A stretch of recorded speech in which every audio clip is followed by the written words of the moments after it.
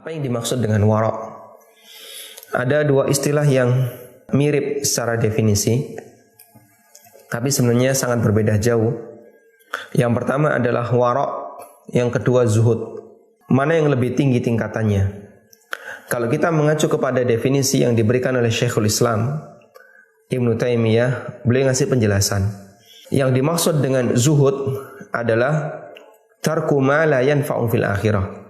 Meninggalkan segala sesuatu yang tidak memberikan manfaat di akhirat.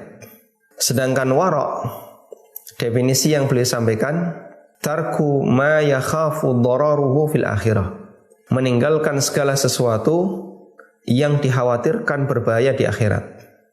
Dengan melihat definisi ini, berarti mana yang lebih tinggi derajatnya? Jawabannya, zuhud lebih tinggi dibandingkan wara'. Orang yang zuhud, yang ada dalam pikirannya adalah apakah aktivitas ini ada manfaatnya di akhirat ataukah tidak. Jika tidak ada manfaatnya di akhirat, maka dia akan beralih kepada aktivitas yang lain yang bisa mendatangkan manfaat di akhirat. Karena itu orang yang zuhud bisa jadi dia tidak disibukkan dengan hal-hal yang mubah, tidak disibukkan dengan hal-hal yang sifatnya diperbolehkan, tapi dia sibuk dengan perbuatan antara yang wajib dan yang sunnah. Hubungannya dengan masalah harta, kita lebih banyak membahas dari sisi wara'. Karena interaksi harta itu bercampur antara yang mubah dengan haram. Sedangkan zuhud itu kaitannya dengan masalah penggunaan. Karena itulah zuhud bisa jadi ada pada diri orang yang kaya. Zuhud bisa ada pada diri orang yang punya banyak harta.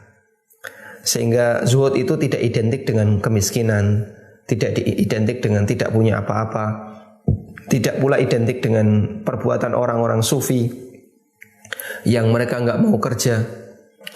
Karena zuhud adalah karakter batin. Dalam masalah harta, dia selalu berusaha bagaimana agar harta itu bisa menghasilkan manfaat di akhirat. Karena itulah Imam Ahmad bin Hanbal rahimahullah pernah ditanya, ayakunu rajulu zahidan wa indahu alfu dinar. Bisakah orang itu menjadi manusia yang zuhud sementara dia memiliki harta atau senilai 1000 dinar? Imam Ahmad mengatakan, na'am ala syaritah. Bisa dengan syarat. Apa syaratnya? Alla yafraha idza zadat wa la yahzana idza khasirat. Dia tidak merasa bangga ketika hartanya itu bertambah, dan dia tidak merasa sedih ketika hartanya berkurang.